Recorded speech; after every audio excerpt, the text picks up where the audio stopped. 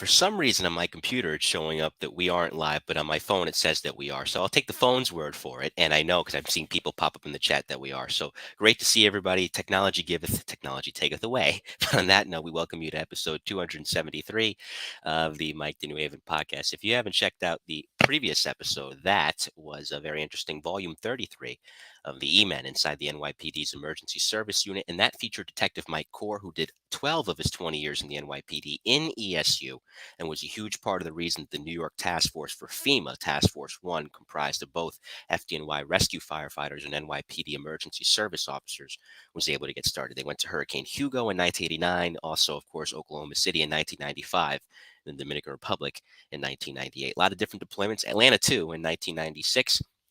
So fascinating talking with Mike. It'll be fascinating talking with tonight's guest, who we will introduce momentarily. But first, a word from a couple sponsors. And first, of course, my consulting company. Need advice on how to start your podcast? Frustrated with the editing process? Can't find a voiceover guy? Hi, I'm Mike Colón, and I'm here to help. I'm the owner and founder of MC Media Editing Services, your premier consulting company for all things media, where I can offer you consulting advice on how to get started, and once you get started, editing, as well as voiceover work, all for a very reasonable price. If you want to reach me, you can contact me at 917-781-6189 or the email that you see listed here. I'm always available, and I'm always willing to help. Again, 917-781-6189. Why go to some giant consulting firm that's going to charge you an arm and a leg when you can just come to me? If you want to be stress-free, the way to go is to call MC. MC Media Editing Services, your premier consulting company. Indeed. And now a word from my friend, Joe Murray, premier attorney. If you're ever caught on the wrong end of the law, call Joe Murray. Joe's a retired NYPD police officer turned criminal defense attorney. With 15 years of experience in the NYPD from 1987 until 2002, he parlayed a successful career in the NYPD into an equally successful career as a criminal defense attorney. His website is jmurray-law.com, where you can reach him at 646-838-1702, or just email him at joe@jmurray-law.com. And for those of you real quick, like I said at the top, the computer's being a little wonky. So so I know I'm not going insane. Just put it, as you're watching, that you are watching. That way I know it's just only me getting into my own head per usual. But on that note, thanks to Joe Murray, by the way, always a big supporter of the show. We introduce my next guest, a man who spent nearly 50 years on your television screens or radios, telling you everything you needed to know about what was going on in the world around you. A native of New Hampshire, he began his career in the New England area before a 1978 move would bring him to the Big Apple. And that, of course, was when he joined WABC that year, and he never looked back with stints at WABC, WCBS, WOR, and WNYW, better known to you in New York as Fox 5. He amassed over 40 years on the New York airwaves alone before leaving in 2020 to pursue an opportunity to attend Harvard Business School, which we'll talk about tonight as well. And that is somebody I've been chasing for a long time, and finally I get the chance to say this. We welcome Ernie Anastos. Hey, Mike, good to have you. Nice to see you, my dear friend. How are you? I'm good. How are you? I'm doing great. It's an honor to be on your show. You've done so well. And, I'm very proud of people who are in this industry and trying to do good things. I've spent my whole lifetime, really basically trying to be a sort of a goodwill ambassador, to be able to present news in a professional fashion. But at the same time, I've always looked for balance. Reporting the hard stories, of course, and I've done so many of them. But I also have always looked to honor and respect some of the good stories that are out there, and a balance of news and information. And that's been really my mission for a long time. And now I love doing it full time. Yeah, you've gotten to across a myriad of different ways: television, radio. You got your own podcast, which we'll talk about a little bit later on in the program. Sure. So originally, it all began for you in New Hampshire. Tell me about that. Yeah. Mike, when I was a little kid, I was very fortunate. I used to get underneath the kitchen table, and I would hold the radio next to my ear, and I would listen to the announcer, and then I would turn it down and I would talk. And then when the music would come up, I turned the music up. And I was doing that at 13 years old. And then I built a little radio station in the basement, and I had the wires going upstairs. My mom would be cooking and I'd be broadcasting. And I had a passion for it. But, an interesting thing, when I was in junior high, I had a career day. And my teacher, my homeroom teacher, Miss Evelyn Ryan, I went to her after that and I said, Miss Ryan, how do you know what career to choose?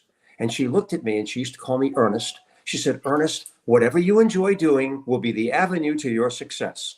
And I said, at 13 years old, I said, what does that mean? She said, what do you do in your spare time?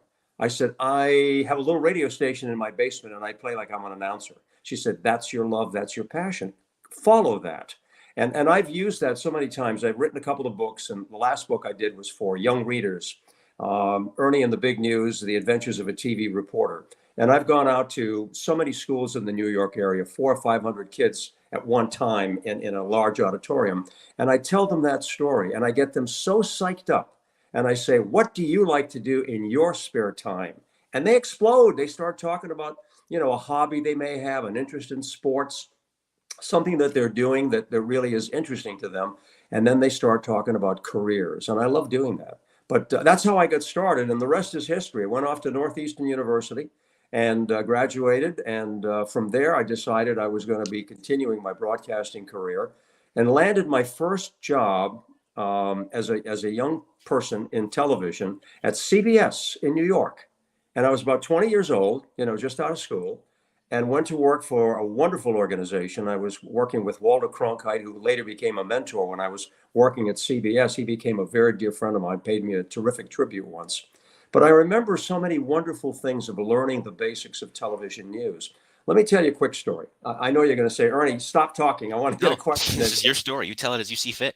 Yeah, well, I'll tell you, when I was a young guy working in the newsroom as a desk assistant, a cute story. There was a guy that would come up from the mailroom, and he would push his cart.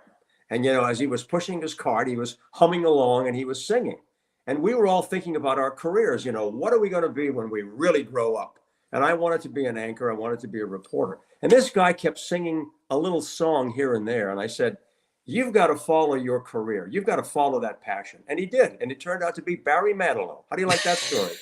Yeah. Barry Manilow. No Yeah. kidding. And he tells that story. He talks about being in the mailroom at CBS. And I remember when he was just a young guy growing up. But, a little sidebar. I thought some of your viewers would like that story. Oh, they definitely do. Yeah, no, Barry Manilow, great singer. Of Oh, course, yeah. Copacabana fame and many other hits since then. Absolutely. Without a Yeah. doubt. Who would have But thought, right? But yeah, so anyhow, what happened was that I was in radio.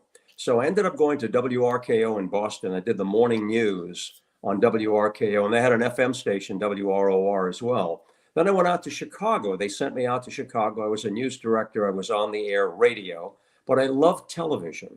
And I said, you know what? I want to get into TV. And I was married, a young guy with 2 kids. And I said to my wife, you know what? I want to do television and I have to find a break somewhere.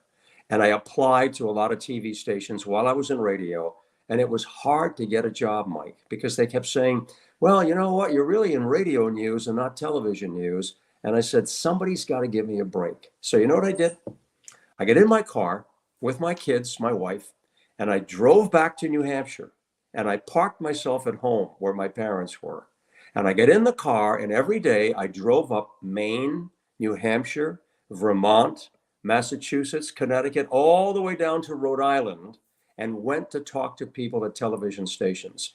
Bingo! I was hired at WPRI TV in Providence, Rhode Island. And I had a great opportunity there. I was there for 2 years, started out as a weekend anchor and reporter, and they elevated me to the 11 o'clock news. And then, as fate would have it, everybody's calling. All you have to do is get out there, Mike. And then I had offers in San Francisco, Chicago, Boston, but I came to New York. And I was hired at WABC TV, Channel 7 Eyewitness News, and had a great run there. I loved it and enjoyed my time. And people still think of me as being at Eyewitness News in New York. I walk down the street, hey, Ernie, Channel 7. But there was a change coming. There was a very well-known anchorman, God rest his soul, Jim Jensen, a legendary figure in New York. He was retiring after 30 years, and CBS made me an offer I couldn't refuse. And so I had some roots back there from my early days, Barry Manilow and all that stuff. So I went to CBS, and I continued there and loved it. There was an opening in New York again at Fox 5. And they said, you know what, we need a replacement. So they made me another offer I couldn't refuse, but it was, to do the same kind of thing. And I just have loved it. And when 2020 broke and we had, a real serious issue with COVID, we were going to do news from, home and all that sort of thing. And I just took a break. and I did a year at Harvard Business School studying leadership and management. And when I came back, I said, you know what? I'm going to live out my dream. I mean, I've done 40 years in New York, 30 Emmy Awards and nominations, and wrote 2 books and had a great time. So I created Positively America, which is a very uplifting show. Hmm. And I produced 26 segments, and we put half-hour shows. We put them on the air. Now we're on 200 stations around the country, and recently picked up Pix in New York, Pix 11. So I'm in New York, but I'm in 200 other cities around the country. And I also decided to do some radio at WABC, and I have Positively Ernie on the radio, features every day, plus my podcast and my television show, and I'm writing a book for next year. So there you are. There, in a nutshell, you've got the history of my career. What do you think? No, I mean, it's incredible. It's incredible what you've done. And let's go back a second to Sure. 1978, because even though you had prior experience in New York, as you said, working in a newsroom at WCBS, Hmm. now you're coming back into an anchorman's position. And Yeah. here it's pretty intimidating because not only is it an iconic station, it's the #1 media market. You would cut your teeth elsewhere, but there's no place like New York. Right. What helped you hone in and calm down, for lack of a better way to word it? Because with opportunities as big as this one, sometimes we're guilty of psyching ourselves up too Yeah. much. Sure. Can I tell you the truth? Sure. Okay. I've always been in the basement at that little radio station when I'm on the air. I don't care whether it's, ABC or CBS or Fox, talking to a couple of million people. My mind is always, I'm still a little kid down there in that basement playing radio and having fun. On a serious level, of course, but at the same time, that is how I feel. Talking to you right now, Mike, I got to tell you something.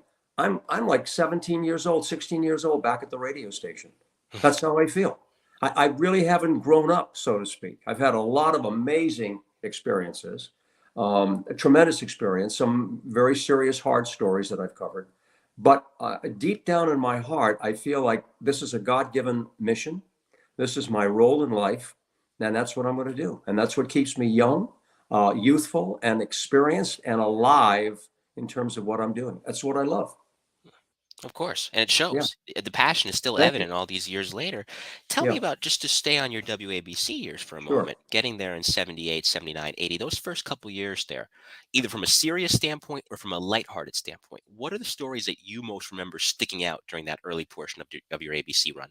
It's very interesting. When I first got to New York, and that was July of 1978, and I was on the air reporting, and somewhere around September, October, there was a big story in New York, and her name was Melanie Kane. She was a supermodel, and she was involved in a love triangle. And what happened was that one of the guys shot the other guy, and it was a big story. It was a big breaking story. And I managed to get an interview with Melanie Kane. And that was a big story, and it got a lot of publicity. And that sort of put me on the map. So, but I got that big break, and they said, "Oh, Ernie got this interview with Melanie Kane, the love triangle, what was his name? Jacobson, and I forget the other guy's name. But anyway, it was a hot story. And then in '79, I got off the 11 o'clock news, and I walked into the newsroom, and they said, "We have a story that's breaking right now, and all of our reporters have gone home." I said, "What is it?" Nelson Rockefeller had a heart attack or something. He's Yeah. being transported over to the Lenox Hill Hospital. I said, "I'm going." I was the only reporter to be on the scene that night. Wow. Nobody else was there. And it was an exclusive story. So from that, we went on to other stories that were, perhaps important at the time, but right now, there were major fires or there were plane crashes. But, those are the ones that really got it started. But I think that the most important thing is, as a sociologist, I didn't study journalism at Northeastern. My degree is in sociology and anthropology, and Wow. I did some graduate work at Columbia in that same field. Mike, to me, every story is about people. And I always look to that. How many lives does this story affect? How are people affected? They're not statistics. I'm not sitting there writing a story, to improve, my style of writing. I do it from the heart, but I always think about people's stories. And that to me is a very important part of journalism. Human behavior, how we act, why we act the way we do, and how I can report that story from that human standpoint. I remember talking to Cronkite, who became a really dear friend. And I asked him, I said, Walter, how do you decide what the lead story should be? And he said, he had that great voice, Ernie, let me tell you now. And he said, I always think about how many lives does this story affect? And that's my lead story, the impact on a number of people. And I think that's the bottom line, Mike. It's all about, how we translate, what's going on in the world of news on a day-to-day basis on the human level. Let's find out how people feel and think and how it impacts your life. Right. And it's something I'm seeing now. I'll be 24 in February, and I'm Great. thinking about this now as Yeah, I'm doing this show and also doing a lot of writing too. Is if you think about it, and tell me if you agree, yeah. journalism is, in a sense, the source of ventilation for human nature to get Mm, all those emotions out there, to get all those feelings out there, because the emotional spectrum, and this is a sociology major, is sure. broad. Stories that make us feel rage when bad things happen to innocent people, stories that make us cry, like a 9/11, for Yes. example, stories that make us happy and make us laugh. All of that is channeled, I feel, in its best form through journalism, because what Mm, other profession does the job you guys do and have done mhm. over the years of getting the broad scope of the emotional spectrum out there for the world to see? Because we're all feeling it, but it takes someone very special to be able to harness that and Yeah. articulate that. And that's where I feel journalism comes in. Yeah, it's true. And one of the things that I'm honored to say is that when people speak to me every day, I'm in New York, I'm on the streets, and people are talking to me and sharing stories with me about how they watched me when they were growing up, and now their own kids are watching. Um, it really comes down to that. It's how you relate the story. I think people, especially with local television, have a very personal relationship with us. They get to see us every day. We're part of their social history. We're part of life with them, and they feel connected to us. And so, going on the air and reporting the news is an honor. And I've always respected my audience and always felt that I put them first, not myself. I put the audience first. How are they going to feel about this story that I'm reporting? They see it in my facial expressions. They see it in body language. They see it in how I handle that story on the air, how sensitive I am to it. And I think that that's an important role. It's changed a lot, Mike. Hmm. When I first started in 78, we basically had three networks, ABC, CBS, and NBC. And that was it. And you only had three channels in most cities. But now it's just a plethora of platforms. You've got everything from the internet to streaming, you name it, social media, citizen journalism. It's changed dramatically. And with that comes responsibility. I think we have to be extremely careful. And you know the stories, you follow this. We have to be very careful about how we report and how anybody posts a story. It has to be truthful and factual. And oftentimes it's not. The expression today is it news or views? Where is it? And people are looking for the truth, Mike. They're looking to find truthful reporting.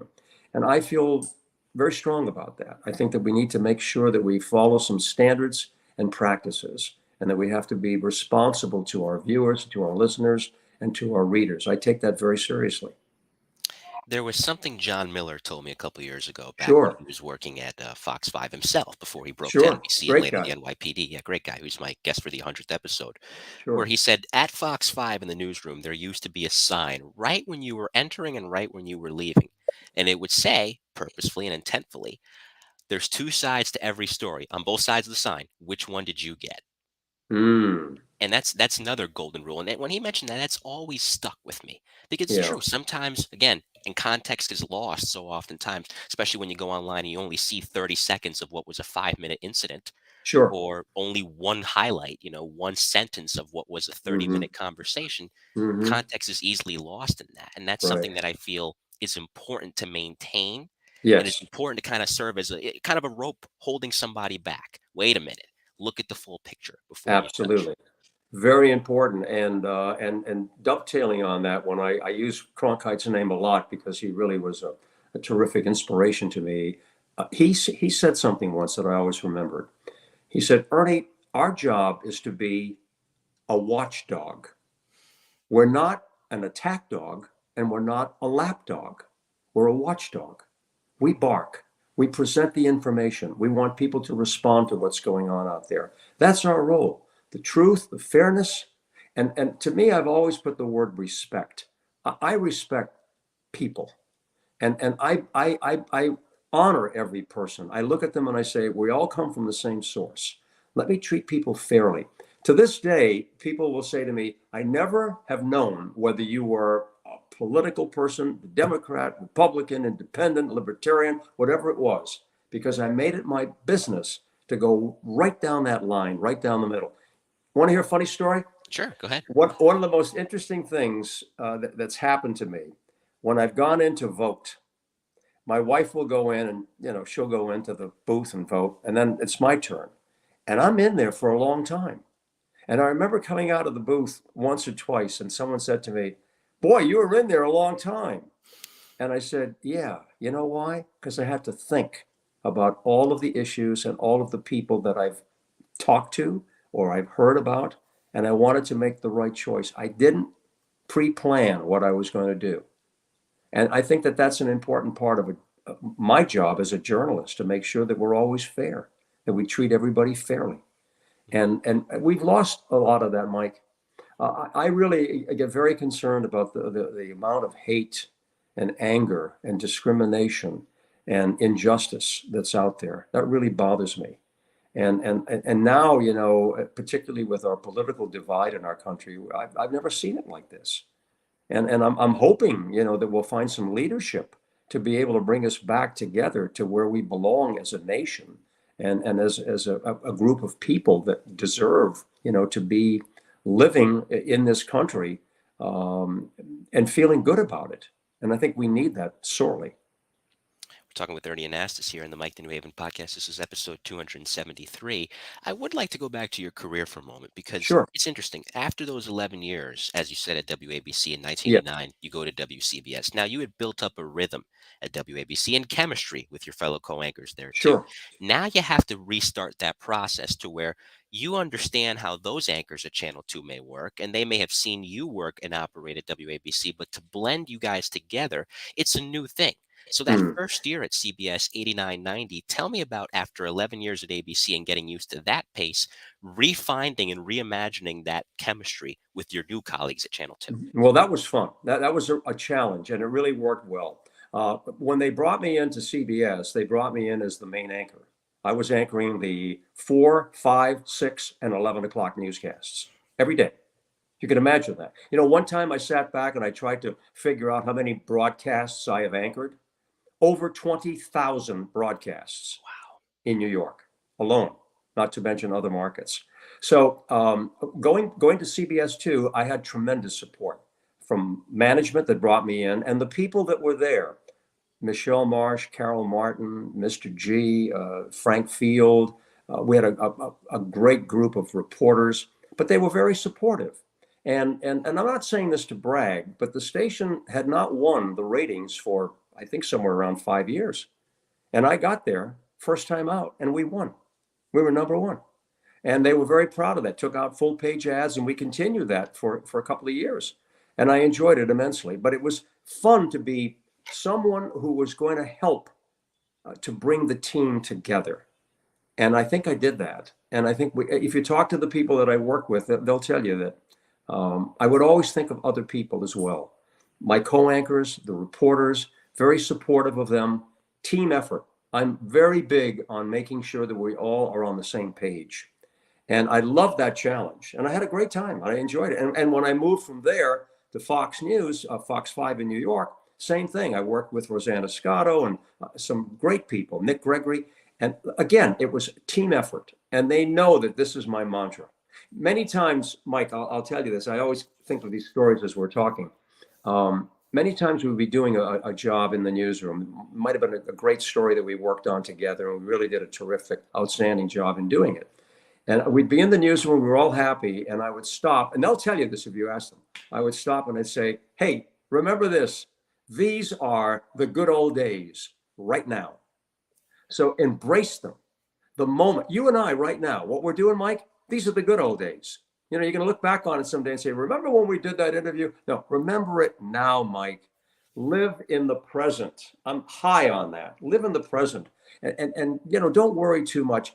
I interviewed Deepak Chopra once, and I remember talking to him, and I know you've read some of his books, and he said, yesterday is history, tomorrow is a mystery, and today is the present.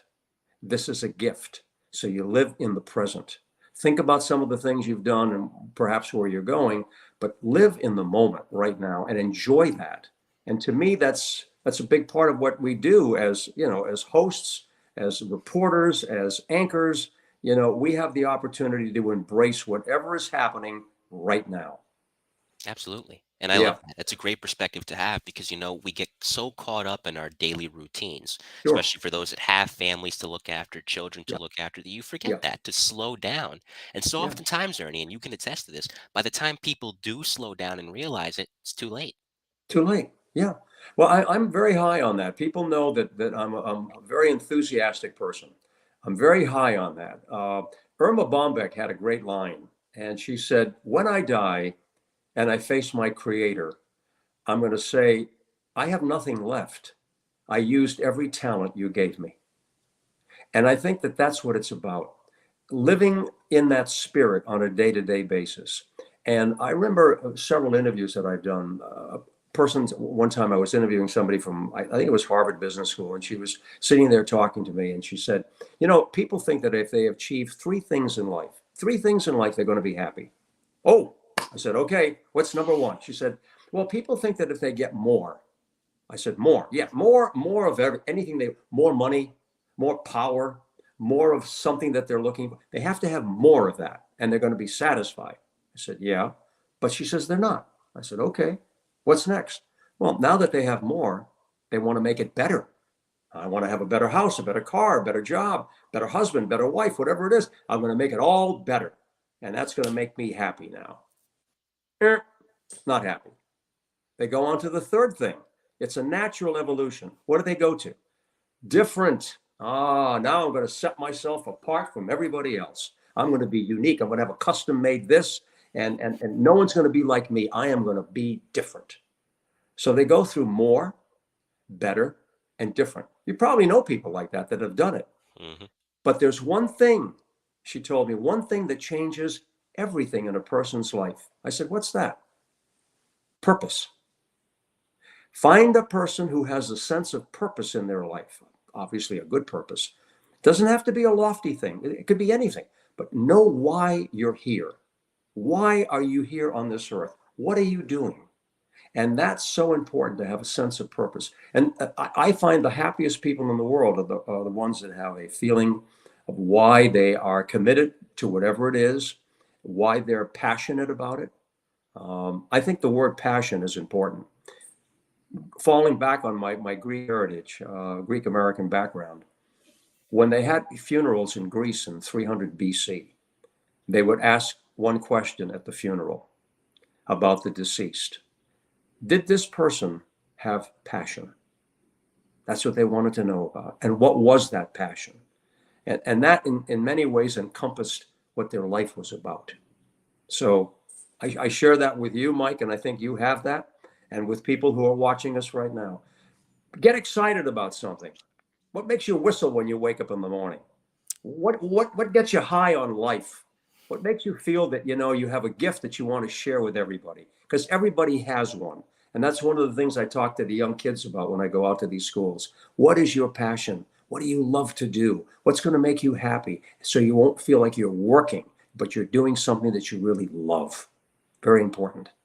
Oh, of course. And Yeah. each guest I talk to, I see that. The last guest I mentioned was an NYPD ESU detective. And he mentioned my Oh. uncles were in emergency service. He was on the Brooklyn Bridge one day. By Mm, chance, their trucks pulled up because they were going to go get somebody who was threatening to jump off the bridge down. His two uncles hopped out the truck. He was mm, 6 or 7 years old. And right then and there, he told me, Mike, I knew right then what I wanted to do. And he did it. mm. And he got to live that.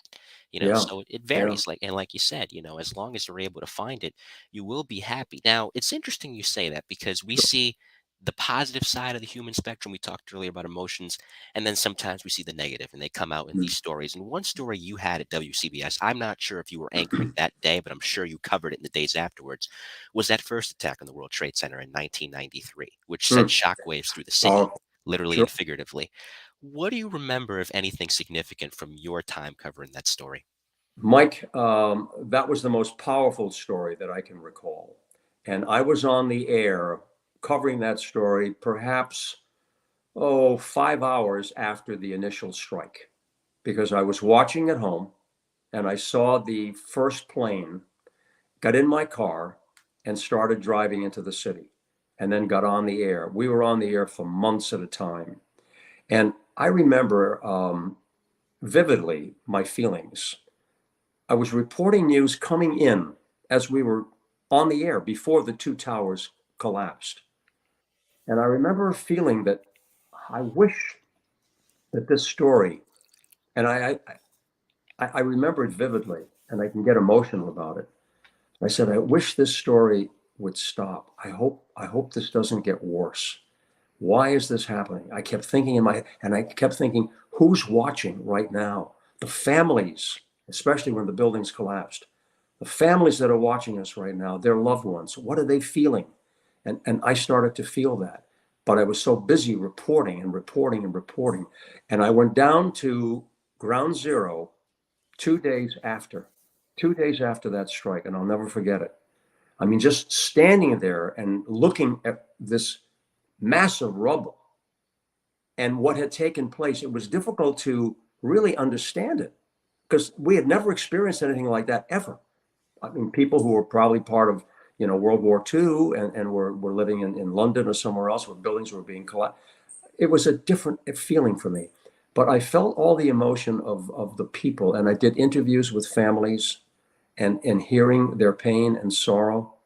I remember there was a time, maybe a month after we had finished, one broadcast, we were in my office and I was with a couple of reporters and another anchor. And we started talking about it, and the emotion had built up so much that we started to cry. Started to cry because it was so deep, and it was a very New York story as well. I mean, it affected the entire country and the entire world, but it was a huge New York story.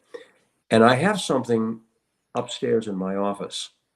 I had been down covering, a lot of the stories when they were recovering body parts and so forth.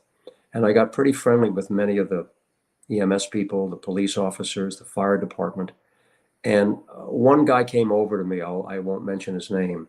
And he said, Ernie, he said, you've been covering this story with such heartfelt emotion. He said, I just want to give you something. I said, what is it? And he gave me a chunk of glass from the Twin Towers, from the windows. I'll never forget that. And he gave that to me, put it in my hand, and I brought it home. And many times when I've held it up, talking to a friend or a family member, and it's like a prism, and you look at it and you can see the lights, and all I see is everything that I was covering, all the stories that were breaking for months, from the very beginning to, building the memorial.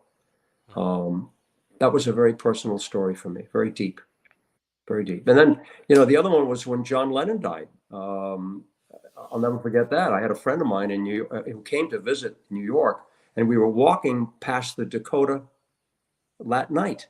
It was about 9:30, 10 o'clock. I was going to go back for the 11 o'clock news. The studio was close by, WABC and the Dakota, probably about 10 blocks away. And I remember standing there and I said, hey, this is where John Lennon lives. And my friend said, really? I said, yeah. I said, he might show up here if we hang around long enough. I go back to the studio. Within an hour later, I'm reporting what happened. I'll never forget that story. And then, of course, they had a huge vigil in New York, and I anchored that broadcast from Central Park. And I remember, the emotions of that day. And that was really a major event that I will never forget. But there were so many stories, papal visits, World Series, Desert Storm, the parade in New York, interviewing Colin Powell. And I've interviewed so many people. My God, I made a list one time of the people that I've interviewed and had some contact with. And it's like, 50, 60 major major players. You name them, I've met them. Presidents. I'll tell you a quick story. Go ahead. Yeah, any story you want to tell. I like to collect memorabilia when I can find something that I really enjoy. 1980, I was in New Orleans. We were covering the Republican convention. And George W. Bush was nominated. And I remember I was on the convention floor getting ready for the 11 o'clock show. And when he finished and left the podium, the crowd started to disperse. And I was down there and I said, you know what? I'm going to go up to that podium. I just want to see what it feels like. And I got on the podium and I was looking around. I took a picture and there was a glass on the podium. And I knew that Bush had drunk from that glass. And there was confetti in it. And I took the glass and I brought it home. And I had a picture of myself on the podium and I brought the glass home. So it was terrific. I said, oh, this is great.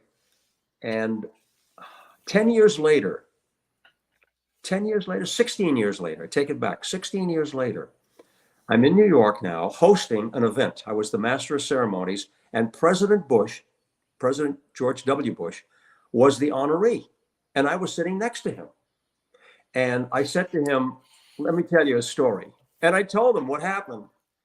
And he was so genuine. He said, I'm really moved by this. I said, you are? I said, yeah. He said, that you thought that much of me to take the glass and have it. He said, too bad. He said, if you had the glass, he said, I would sign it and so forth. I said, just a minute. And I bent down, came up with a bag with the glass. And he said, give me that magic marker. And he took the marker, he signed the name, we took a picture together, and I have it downstairs in my collection. A full circle. But I mean, this is just kind of a cute story that I thought I'd share with you. Oh, that's great. Absolutely, absolutely. And it's, you mentioned Lennon, and my goodness. And for those that are younger, those that may not be too familiar with history, you have to understand Lennon's impact wasn't just musical, it was cultural. Yes. So to tell you the magnitude of his death the night it happened, it was during Monday Night Football. There's that iconic clip of Howard Cosell in the middle of I believe the Miami Dolphins were playing. I just forget against who. Yeah. But you can hear Cosell coming in announcing his death. And I Oh, think yeah. this was during a time when people found out through television, no cell phones, no social media yet. But the shockwaves of that story reverberated. And Brian Mm. Ross told this story when he was on a little while ago as well, also covering at the time. The night he was shot or the night after, all you had during that vigil Yeah. were people singing "Give Peace a Chance" Oh, absolutely. in his Absolutely. memory. It was very deep. You mentioned Howard Cosell, and I got to know him, when I was at ABC. Howard was a big fan of Muhammad Ali, as you know. And when I was working as the desk assistant at Channel 2 in 1968, I was doing a little work for Frank Gifford Sports. Right. And Frank sent me out and he said, look, I want you to do an interview with this young boxer. His name is Cassius Clay. And I said, oh, yeah, sure. So I went out there and I interviewed him. And I was mesmerized. I mean, he just had such a way about him. He was magnetic. I mean, he just pulled you right in. And I remember following his career and talked to him years later when he was Muhammad Ali. But, you talk about people that stand out in your mind. Buzz Aldrin, I spent time with him, second man to walk on the moon. I remember talking to him and what a spiritual opportunity he had when he walked on the moon. He received communion. It turned out to be something very personal for him. And he was talking to me about how we have a certain quality as human beings, that we are tolerant and we are inspirational. And he talked about positivity, which I loved, and not being negative. Someone like that stands out in my mind. There were other personalities, people that I've been engaged with. Harry Belafonte. I just did a story last week about Harry Belafonte, and I was talking about how special he was. And we talked outside of the studio one night, and he was telling me about his passion, civil rights, and how it was human rights, and how important it was to him. And it was a motivation. I love talking to people who motivate me. I love to do that to help others out, but I love it when people give me something to hold on to. And I just mentioned a few names, but there are So many people, so many personalities that I've talked to. Bill Clinton, I mean, political candidates, but people who are singers, personalities, whether it's Bruce Springsteen or whoever, just talking to them and hearing their story. And I always ask kind of the same thing, not the obvious. What makes you tick? What do you remember about your hometown? Who are you thankful for your career? How did it all get started? What's more important to you than anything else in your life right now? I love to ask questions like that. Yeah. It gets to the heart of the person. Yeah, yeah. And one thing I will say, and it's reflective across your many, many years across a variety of different stations, is would it be fair to say in your instance, even though these people are interesting too, just as interesting and just as compelling and just as important as the people that you've covered on the celebrity side of things, is that man on the street, that blue collar worker, right? My That favorite. construction, of course, that I, construction worker, that college Mike, I've fireman. done something. I've done something for a long time, and I still do it on my national show, Positively America, and also Positively Ernie on WABC. I go out and I ask my question of the day, and I talk to people. Now it's people on the street, POS, not MOS, man on the street. So I do my POS, and I ask people questions like, "What advice would you give to a newborn baby if they would remember it later on in life?" I ask people personal questions about what makes them tick. What's the best thing that they've accomplished in their life so far? What's their dream? What are their hopes for America? What are their hopes for their family? And I love those stories, but I've done so many feature stories with people, and they are the best. I remember interviewing a woman. She was 105 years old from Brooklyn, and yeah, and I mean, she was as sharp as this. I couldn't believe it. She was into politics. She knew who was doing what. She talked about issues, and then she got into her family. Um, People like that always stay with me. I'll always remember. I mean, you talk about celebrities and personalities, but it is people on the street, the average human being, if you will. That's more than average, because they really make up what we are as a people. And think about that. You could spend a morning on one city block. How many Yeah. different stories can you come away with Oh, amazing. on just that And one block? everybody's got a story. You have a story, right, Mike? Yeah. You share it with your viewers? Through my writing and through this podcast, of course. Yeah. Yeah. And do you enjoy doing it? Absolutely. Tell me an interview that you've done that you really stands out in your mind. Well, it'd have to be John Miller, specifically the part in my interview with him for the 100th episode, Yeah. where he talked about interviewing Osama bin Laden face to Oh, face yeah. in the summer of 1998, Wow.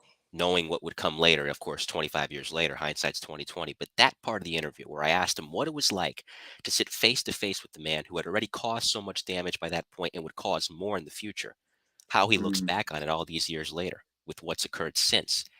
That every time I think about it, Ernie, still after that interview, it's been 2 years, still gives me chills. Oh, yeah. That's a powerful story. And John is an excellent reporter, and I'm sure he shared a lot of, intimate, details about what he sensed and what he learned. Yeah, it's nice to be able to do that, and sharing your stories with other people. People want to hear that, especially when you're in that position where you're interviewing so many individuals and you learn. It is a learning process. To me, that's important. When I look at centenarians, people who live to 100 years old, I look at, what do they have in common? They're passionate about something. They're enthusiastic. They want to learn. They have a curious mind. It's never enough. They always want to keep learning. They have a good sense of humor. They can laugh at a lot of things, including themselves. They're active. They're out there doing things. They're involved. They have a good relationship, a close relationship with someone or several people. And they also believe in something after this life. They have a sense of faith. And a lot of those things are just good old common sense, but it keeps people young and alive. There's another quotation that I love. I may age, but I'll never be old. And it's having a youthful heart. There was a Greek philosopher who once said, I have a wish to die young, but as late in life as possible. And so what is that? It's a youthful spirit, a youthful heart, that you are just enthusiastic about looking at other opportunities that are coming your way. You don't want to sit there and say, been there, done that. No, that's no way to live. You have to be looking for something fresh and new that keeps you motivated. and keeps you feeling alive. And that's my story. Yeah. And that's the thing I love about the trajectory of your career is that you're willing to challenge yourself. And so many people get complacent after a while or they get comfortable. And if you Yeah. could stay in one place for 40, 50 years and love it each day just as much in the Mm. 49th years you did in the first, great. But if there's an avenue to where you feel you could challenge yourself just a bit more and push yourself Yeah. just a bit more, Right. and go beyond the boundaries that you've set for yourself, it's easier said than done. Not everybody can do it, but you've done it.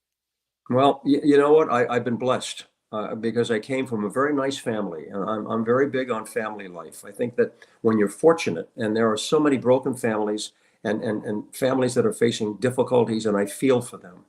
But if you're fortunate enough to have a good family and to be able to create a family, boy, that gives you a lot of power. Mhm. The greatest gift that we can receive and be given is a sense of self-esteem, good self-esteem, feeling good about yourself. And if you can help someone, whether they're family or not, um, a stranger, someone that you can reach out to, whether you're in a school setting or whether you're in a program of some sort, just to be able to help somebody and elevate them and give them a good sense of themselves. I think that's so important. I wanted to ask you about this as well, talking with Ernie Anastos here on the Mike New Sure. Haven podcast, is that around the mid 2000s, and by this point you're back with Fox 5, at this point you'd come back in 2005, Yeah. you're seeing the advent of social media. Back then it was MySpace, Twitter was just starting up, and then it began to grow and grow to where collectively news agencies around the country, around the world were saying, you know what, we should get our talent on this. Now, for someone that had been in the business as long as you had by that point, some people get very rigid. Some people get, I don't want to say complacent, but stuck in their routine and don't embrace it. They cast these new things off as mere fads, but clearly that hasn't been the case. It's more Mm, powerful a tool as ever. And you've mm, embraced it, which I love. Tell me about using that to further add to your repertoire as a reporter, the Instagrams, the Facebooks, the Twitters. right. Okay. I'll give you a nice little story. I was sitting talking to a consultant several years back, and he was saying to me, Ernie, what you do can become by the numbers. You end up reporting stories on the air, you read stories, you introduce a reporter, you introduce the weather person, you do all of that, and you can become unconscious competent. You do it without having a problem. It's like driving a car. There are people who can drive a car for years and never have an accident, never have a problem. Thank goodness. You are unconscious competent. Now, he said to me, here's the secret to what you do. I've seen it, he said, but I want you to encourage it even more. I said, what is that? You have to be conscious competent. You see the difference? When you're unconscious competent, you're just doing it. But when you're conscious competent, you're thinking about it. So when you're tossing to a reporter, you don't just say, John Powers is on the scene right now with more on that fire. No, you find out more about the fire and you turn around to that reporter and you say, John, you've been covering that story. I just heard that this particular situation just took place. Can you fill us in more with the detail of what exactly happened? You find ways to make your job more interesting. And when you make it more interesting for yourself, you're making it more interesting, obviously, for the viewer. So, conscious competent, being aware of what you're doing and finding new ways to do it. Don't keep saying it the same way. Don't keep doing it the same way. Another thing that I followed in my career that's helped me a lot, I want to be consistent. People have to know that when they're going to watch me, when they're going to listen to me, there's a consistency to who I am. But there's always an element of surprise. Be a little different. Don't do it the same way. Unconscious competent, right? Conscious competent. Think about something that you can add that makes it a little different. A comment that you might make, a response that you may have to something. And that's what keeps you current, keeps you in the present. And I think that you have to embrace what's going on.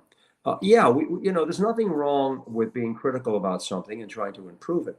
But I think you also have to be in the game. I mean, if social media if there's some technology out there, there's a big thing now about artificial intelligence. AI is huge. What are we supposed to do? Sit back and say, not for me. I'm not going to do that. You got to take a look at it. There's a billboard when I'm driving into New York City, and it says, AI took my job. And below it, it says, to the next level. So I look at that billboard when I'm driving in and I'm saying, okay, that's the attitude to have. It's here. It's here. Look at it. Find out what it is. How can it apply to your life? How can it apply to society? Where is it going to go? How is it developing? How can it be used? And how can we also try to make it better? How can we improve it? There'll always be a human element. They just had that huge strikeout in California. But, the important thing is that if we have to deal with AI or any other form of new technology, the human element will always be there, always. And I believe in that. So we just have to find new ways of doing things. Don't sit back and say, I quit. I don't want to be part of this. No, no, no, no, no. How can I be part of this?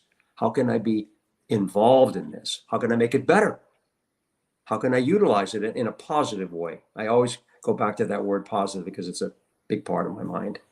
Oh, of course. I'm a huge sports Yeah. fan, and I'll cite the old Lakers teams of Kobe and Shaq as a great Oh, example of this. sure. Yes, you had a great player down low in Shaquille O'Neal. Yes, you had a great player in Kobe Bryant. But you had a guy like Derek Fisher, who was the point guard, driving that. It's the same thing in any other profession. It starts with the point guard.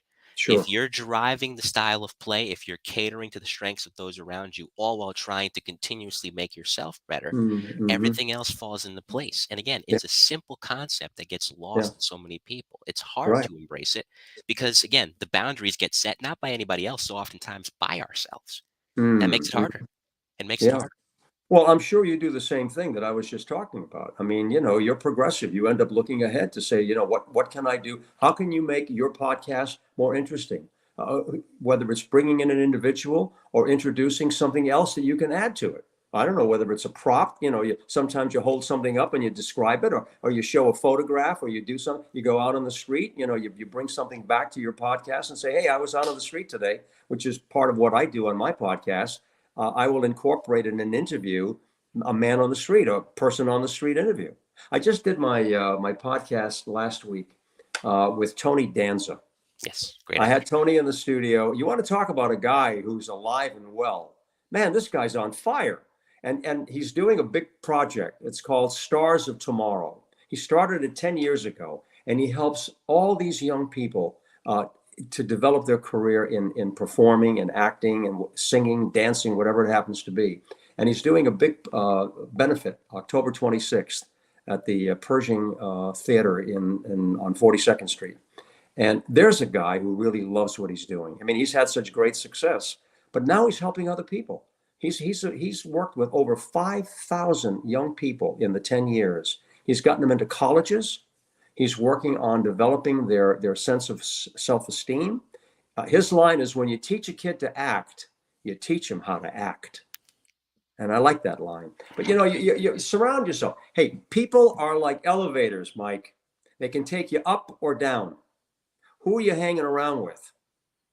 If you're with people who are bringing you up, who are talking about things that are interesting and you can learn from them, you're going to be up there as well. Be challenged. You don't want to be down. You don't want to go down on that elevator. It's easy to do that. You got to build it up.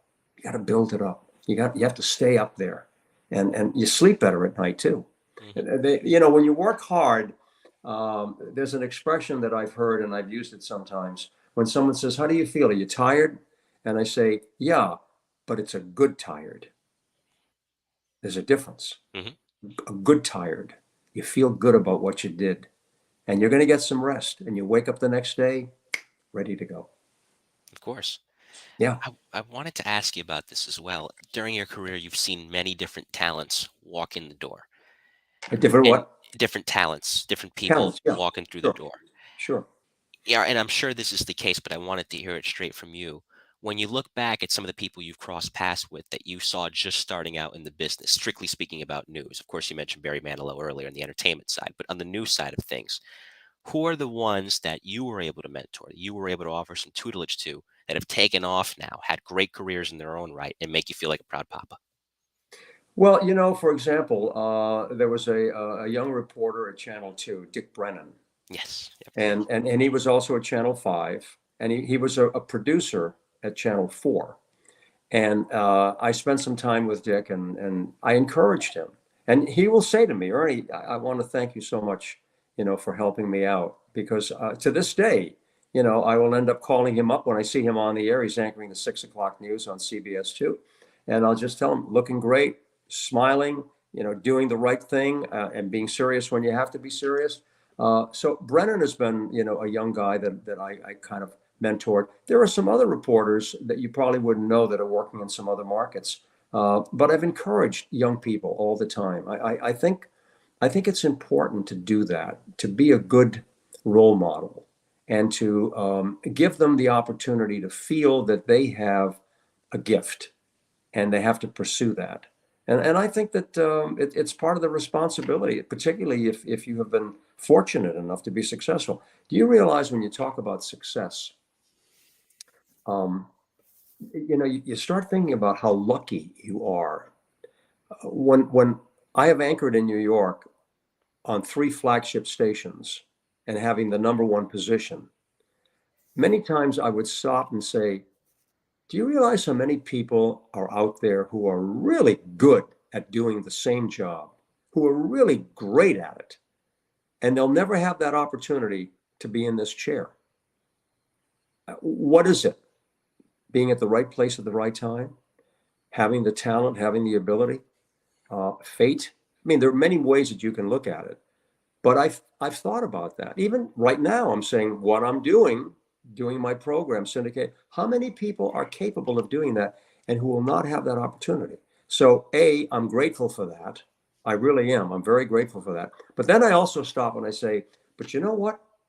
A lot of the people that are, doing what I do, they're also happy and successful where they are. Everybody doesn't want to be in New York. Everybody doesn't want to be in Chicago or Los Angeles. There are people who are very happy in other cities, other markets around the country. And when I do talk with a lot of young people, I've spoken to students at a lot of commencements as a keynote speaker, and I'll always, remind them that they have to, especially if they're going into broadcasting, make a name for themselves somewhere where they want to be happy. It's not just the job. It's not just the job. There's a lot more to life than just having that position, that success. I've told a story, and I'll just share this one last story with you. I've told these young students there are 5 things that we all basically deal with in life, all of us, 5 things. And there's a story about a mentor who was talking to a young person and said, you're going out into this world and you're going to be dealing with 5 things, fundamental. And you know what? As a visual, think of yourself as a juggler. And you're going to be juggling 5 balls. What are the balls? Work, family, friends, health, reputation. Okay? Now, 5 balls that we all juggle. The work ball, it's a rubber ball. It's going to be bouncing. Oh yeah. You're going to have some success. You're going to have some failures or learning experiences. You're going to go through a lot of things. Give it 300%. 300%. Go out there and do the best that you can be. You can be successful at whatever it is and be happy at it. Do it. Remember, work is a rubber ball. Family, friends, health, reputation, those are glass balls. You drop one of those, you can chip it or you can shatter it. So, which are these balls in your life really important to you? Pay attention, because if you lose that, you can lose your whole life. So, I encourage young people, whether it's broadcasting or anything they want to go, I encourage them, have a great time with your work. It's a wonderful gift, but don't forget family, friends, health, and your reputation. Because I know a lot of successful people, and I'm sure you do too, and you've interviewed a lot of successful people who have had hollow victories. They've lost their family. They lost themselves into bad habits, bad addictions, bad way of life. And they've gotten some success, but it's been empty. In the end, there's nothing there. I can finish this interview with you with this. I've always believed that in the final analysis, whenever that time comes for all of us, and it's all coming at some point in time, and I hope we all live to 150. When you get to that point, to me, you're only going to be thinking about one thing. Not how many awards you won, not how much success you've had, not how much money you've made, not how much fame you've encountered in your life. Who did you love and who loved you? That's it, my friend. That's it, Mike. I'd love to be able to end on that note. To me, that's my final message to people who are watching you and to all of us. Just remember that. Who did you love and who loved you? And do it now while we're here and we're able to enjoy that. Of course. It's a great way to end. And I have the rapid fire segment I usually end with. And before I get to that segment, which is 5 hit and run questions from me and 5 hit and run answers from you, Okay. there's a message here from Steve Stefanakis, who's a good friend of mine. He's a detective in the NYPD Emergency Service Unit, Truck 10 in Queens. He says, Yasu Ernie, as every Greek in New York knows each other. Ernie knew my late aunt, Georgia Stefanakis. Sure. And the second part of that message is I got to spend some time with Ernie at the Greek Arch and dinner when he was a guest host after 9/11. So look at that. He remembers that all these years later. You know, I remember Georgia. She was a sweetheart. She was involved in the Miss Greek Independence, if he's watching right now. And I remember she was a sweetheart. And you know what? You think he's watching us right now? Oh, yeah, he is. Okay, well, Georgia did something for me. I'll never forget this. She came over to me one time and she was, she was organizing the Miss Greek Independence. And I don't know how it was, but there was a safety pin. And she gave me the safety pin. And she said, Ernie, I want you to take this safety pin and hold on to it. If you have the safety pin, you'll always have some money in your pocket. You'll never be poor. You'll always have something in your pocket if you have a pin. Must have been a Greek thing that I didn't know about. But I always remember Georgia Stefanakis. Oh, it's so nice to hear from him, too. Thank you for that. Steve. And he appreciates that story. He says, yeah, I'm still watching. So he's in the chat. He Oh, very much great. appreciates that story. Great. Good man, Steve. Great guy. Yeah. Now Thank for you the so much. rapid fire. And that's, like I Sure. said, 5 hit and run questions from me, 5 Yeah. answers from you. You could say pass if you want. You ready? Sure, go ahead. First, you could say multiple. It doesn't have to be just one. Funniest colleagues you ever worked with? Funniest colleague I ever worked with. Oh my God. Warner Wolf. Let's go Yes. videotape. Hey, come on. He was a riot. He always was a bouncer on the air. Yeah. Yeah. I remember listening to him on Imus for many years too. He was great there too. Yeah, right. Yep. Second, funniest story you ever covered? Funniest story I ever covered. Oh my God. This might take a moment. That's fine. Go ahead. Okay. I was talking to Alfred Hitchcock. I was interviewing him, talking to Alfred Hitchcock, and I remember asking him, I said, Mr. Hitchcock, all these great stories that you've done, movies, and Alfred Hitchcock presents on television. I said, how do you think of the plots and the stories and how they're going to end? How do you do that? And he was a big guy. And he said to me, I write these things down on a piece of paper and I put them somewhere and I hold on to them because they come to me at the most inopportune time. And I just write these stories down. I said, you do? Yes. And he stopped for a moment and he reached into his pocket and he had a bunch of crumbled up pieces of paper and he slammed it on the table and he said, the future. And I couldn't imagine what was in there. You know, the birds, you know, what did he have written in these little pieces of paper? I thought that was a riot. I said, Alfred Hitchcock is sharing with me future films and things that he was working on. I thought that was great. Made me laugh. I laughed out loud. It is. Oh, Yeah. Of course. Yeah, that's a classic story. Thanks for sharing that. Well, this is kind of this may have answered the next question, but I'll ask it anyway. Third, favorite interview you've ever done? Favorite interview? Boy, that's a toughie. Say multiple if you want. Well, I mean, you know, I told you about George Bush, which was great. I like doing my interview with Bill Clinton. You know what? I'll tell you something. This is really interesting. While we're on here, because I know I like doing these things live with you, and this is a nice thing. I made a note one time to myself, and I said, let me just take a look. Remember I mentioned that I had interviewed a whole bunch of people? Yes. And I wanted to just, okay, so just for fun. All right, people that I've interviewed. Are you ready? Mm-hmm. Johnny Cash, June Carter, Kenny Rogers, Bruce Springsteen, Fidel Castro, Mikhail Gorbachev, Spike Lee, Jesse Jackson, Jimmy Carter, Buzz Aldrin, Whoops, hold on here a second. I got a whole bunch of these that are left. Uh, Jerry Lewis was a riot. Yeah. I had a great time talking to Jerry Lewis because he was a funny guy but he would always come up with something really crazy. And one time I was hosting a telethon with Marvin Hamlish. He and I were doing the Easter Seals telethon, and Jerry Lewis was with us on stage, and he was sitting at a piano, and they said, he's going to make up a song with any of the lyrics that you throw out at him. And people were throwing out lyrics like, I'm hungry, I have a headache, where's my dog? And he would make up a song with all these stupid lyrics that were out there. He was funny. I loved interviewing him.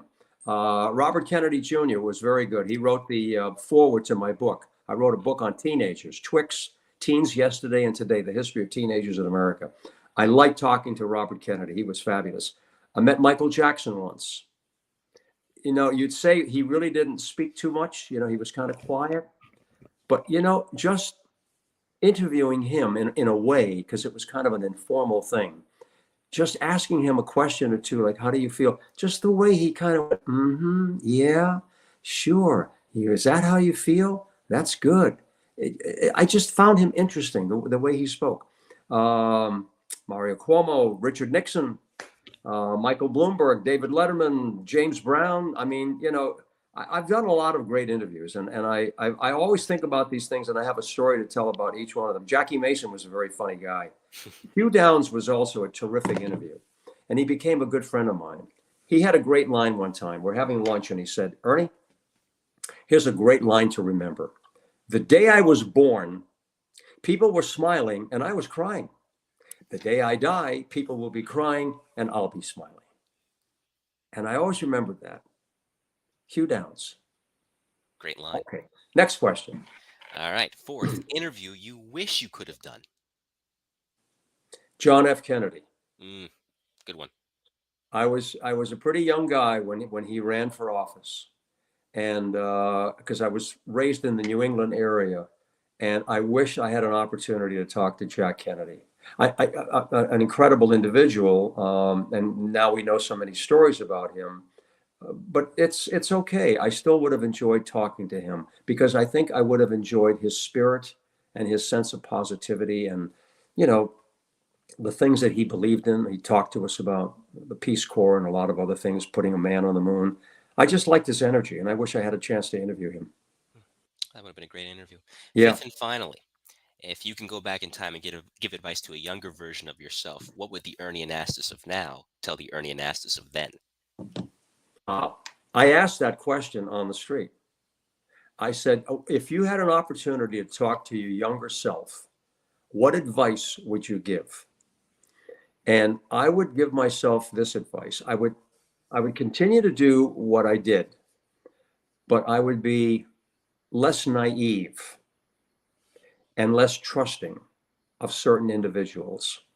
We all have experiences in life.